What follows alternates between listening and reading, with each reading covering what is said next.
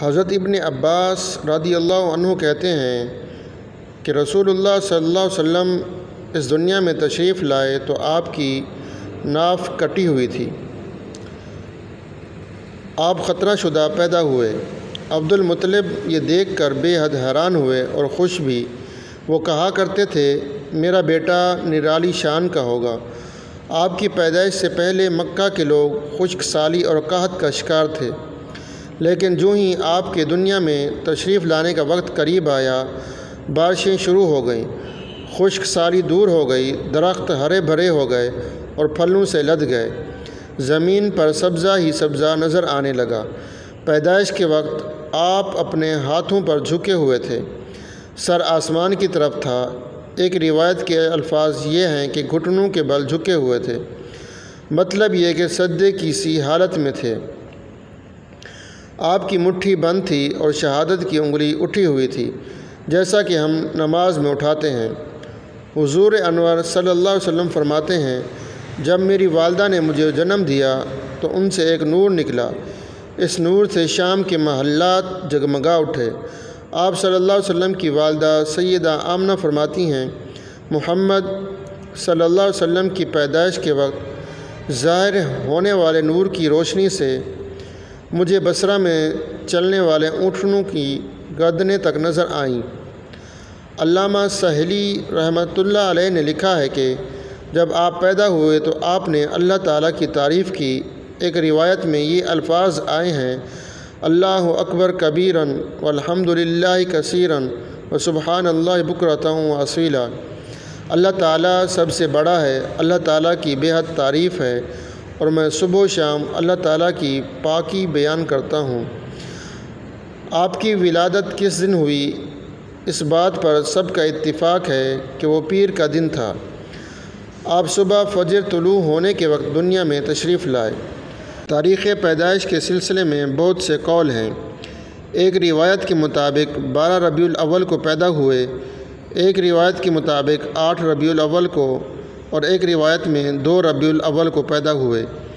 اس سلسلے میں اور بھی بہت سی روایات ہیں۔ زیادہ تر مورخین کا خیال ہے کہ آپ 8 ربیع الاول کو پیدا ہوئے۔ تقویم کے طریقہ کے حساب سے جب تاریخ نکالی گئی تو 9 ربیع الاول نکلی۔ مطلب یہ کہ اس بارے میں بالکل صحیح بات کسی کو معلوم نہیں۔ اس پر سب کا اتفاق ہے کہ مہینہ ربیع الاول کا تھا اور دن پیر کا تھا۔ یہ بھی کہا جاتا ہے کہ آپ کو پیر کے دن ہی نبوت ملی، پیر کے روز ہی آپ نے مدینہ منورہ کی طرف ہجرت فرمائی اور پیر کے روز ہی آپ صلی اللہ علیہ وسلم کی وفات ہوئی۔ آپ عام الفیل میں پیدا ہوئے، یعنی ہاتھیوں والے سال میں۔ اس سال کو ہاتھیوں والا سال اس لیے کہا جاتا ہے کہ ابراہہ نے ہاتھیوں کے ساتھ مکہ مکرمہ پر چڑھائی کی تھی۔ آپ کی پیدائش اس واقعہ کے کچھ ہی دن بعد ہوئی تھی۔ واقعہ کچھ اس طرح ہے کہ ابراہہ یمن کا عیسائی حاکم تھا۔ حج کے دنوں میں اس نے دیکھا کہ لوگ بیت اللہ کا حج کرنے جاتے ہیں۔ اس نے اپنے لوگوں سے پوچھا یہ لوگ کہاں جاتے ہیں؟ تو اسے جواب ملا بیت اللہ کا حج کرنے کے لیے مکہ مکرمہ جاتے ہیں۔ اس نے پوچھا بیت اللہ کس چیز کا بنا ہوا ہے؟ اسے بتایا گیا پتھروں کا ہے۔ اس نے پوچھا اس کا لباس کیسا ہے؟ بتایا گیا ہمارے ہاں سے جو دھائی دار کپڑا جاتا ہے اس سے اس کی پوشاک تیار ہوتی ہے۔ ابراہہ عیسائی تھا۔ ساری بات سن کر اس نے کہا مسیح کی قسم میں تم لوگوں کے لیے اس سے اچھا گھر تعمیر کروں گا۔ اس طرح اس نے سرخ، سفید، زرد اور سیاہ پتھروں سے ایک گھر بنوایا، سونے اور چاندی سے اس کو سجایا، اس میں کئی دروازے رکھوائے، اس میں سونے کے پترے جڑوائے، اس کے درمیان میں جواہر لگوائے، اس مکان میں ایک بڑا سا یاقوت لگوایا، پردے لگوائے، وہاں خوشبوئیں سلگانے کا انتظام کیا گیا۔ اس کی دیواروں پر اس قدر مشک ملا جاتا تھا کہ وہ سیاہ رنگ کی ہو گئیں، یہاں تک کہ جواہر بھی نظر نہیں آتے تھے۔ پھر لوگوں سے کہا اب تمہیں بیت اللہ کا حج کرنے کے لیے مکہ جانے کی ضرورت نہیں رہی، میں نے یہیں تمہارے لیے بیت اللہ بنوا دیا ہے، لہٰذا اب تم اس کا طواف کرو۔ اس طرح کچھ قبائل کئی سال تک اس کا حج کرتے رہے، اس میں اعتکاف بھی کرتے رہے، حج والے مناسک بھی یہیں ادا کرتے رہے۔ عرب کے ایک شخص نفیل خشمی سے یہ بات برداشت نہ ہو سکی اور وہ اس مصنوعی خانہ کعبہ کے خلاف دل ہی دل میں کڑھتا رہا۔ آخر اس نے دل میں ٹھان لی کہ وہ ابراہ کی اس عمارت کو گندہ کر کے چھوڑے گا۔ پھر ایک رات اس نے چوری چھپے بہت سی گندگی اس میں ڈال دی۔ ابراہ کو معلوم ہوا تو سخت غضبناک ہوا، کہنے لگا یہ کارروائی کسی عرب نے اپنے کعبہ کے لیے کی ہے، میں اسے ڈھا دوں گا، اس کا ایک ایک پتھر توڑ دوں گا۔ اس نے شام و حبشہ کو یہ تفصیلات لکھ دیں، اس سے درخواست کی کہ وہ اپنا ہاتھی بھیج دے۔ اس ہاتھی کا نام محمود تھا۔ یہ اس قدر بڑا تھا کہ اتنا بڑا ہاتھی روئے زمین پر دیکھنے میں نہیں آیا تھا۔ جب ہاتھی اس کے پاس پہنچ گیا تو وہ اپنی فوج لے کر نکلا اور مکہ کا رخ کیا۔ یہ لشکر جب مکہ کے قرب و جوار میں پہنچا تو ابراہ نے فوج کو حکم دیا کہ ان لوگوں کے جانور لوٹ لیے جائیں۔ اس کے حکم پر فوجیوں نے جانور پکڑ لیے۔ ان میں عبد المطلب کے اونٹ بھی تھے۔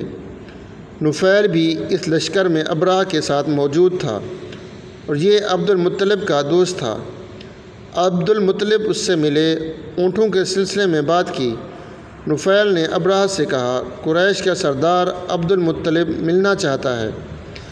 یہ شخص تمام عرب کا سردار ہے، شرف اور بزرگی اسے حاصل ہے، لوگوں میں اس کا بہت بڑا اثر ہے، لوگوں کو اچھے اچھے گھوڑے دیتا ہے، انہیں عطیات دیتا ہے، کھانا کھلاتا ہے۔ یہ گویا عبد المطلب کا تعارف تھا۔ ابراہ نے انہیں ملاقات کے لیے بلا لیا۔ ابراہ نے ان سے پوچھا، بتائیے آپ کیا چاہتے ہیں؟ انہوں نے جواب دیا، میں چاہتا ہوں میرے اونٹ مجھے واپس مل جائیں۔ ان کی بات سن کر ابراہ بہت حیران ہوا۔ اس نے کہا، مجھے تو بتایا گیا تھا کہ آپ عرب کے سردار ہیں، بہت عزت اور بزرگی کے مالک ہیں، لیکن لگتا ہے مجھ سے غلط بیانی کی گئی ہے، کیونکہ میرا خیال تھا کہ آپ مجھ سے بیت اللہ کے بارے میں بات کریں گے، جس کو میں گرانے آیا ہوں اور جس کے ساتھ آپ سب کی عزت وابستہ ہے، لیکن آپ نے تو سرے سے اس کی بات ہی نہیں کی اور اپنے اونٹوں کا رونا لے کر بیٹھ گئے، یہ کیا بات ہوئی؟ اس کی بات سن کر عبد المطلب بولے، آپ میرے اونٹ مجھے واپس دے دیں، بیت اللہ کے ساتھ جو چاہیں کریں، اس لیے کہ اس گھر کا مالک ایک پروردگار ہے، وہ خود ہی اس کی حفاظت کرے گا، مجھے اس کے لیے فکر مند ہونے کی ضرورت نہیں۔ ان کی بات سن کر ابراہ نے حکم دیا، ان کے اونٹ واپس دے دیے جائیں۔ جب انہیں ان کے اونٹ واپس مل گئے تو انہوں نے ان کے سموں پر چمڑے چڑھا دیے، ان پر نشان لگا دیے، انہیں قربانی کے لیے وقف کر کے حرم میں چھوڑ دیا، تاکہ پھر کوئی انہیں پکڑ لے تو حرم کا پروردگار اس پر غضبناک ہو۔ پھر عبد المطلب حرا پہاڑ پر چڑھ گئے، ان کے ساتھ ان کے کچھ دوست تھے۔ انہوں نے اللہ سے درخواست کی، اے اللہ، انسان اپنے سامان کی حفاظت کرتا ہے تو اپنے سامان کی حفاظت کر۔ ادھر سے ابراہ اپنا لشکر لے کر آگے بڑھا۔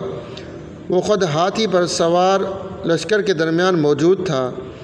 ایسے میں اس کے ہاتھی نے آگے بڑھنے سے انکار کر دیا۔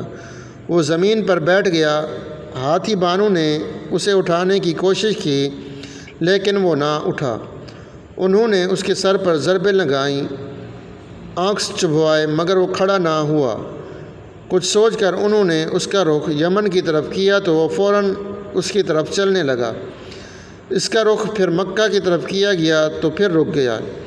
ہاتھی بانوں نے یہ تجربہ بار بار کیا۔ آخر ابراہ نے یہ حکم دیا، ہاتھی کو شراب پلائی جائے تاکہ نشے میں اسے کچھ ہوش نہ رہ جائے اور ہم اسے مکہ کی طرف آگے بڑھا سکیں۔ چنانچہ اسے شراب پلائی گئی لیکن اس پر اس کا بھی اثر نہ ہوا۔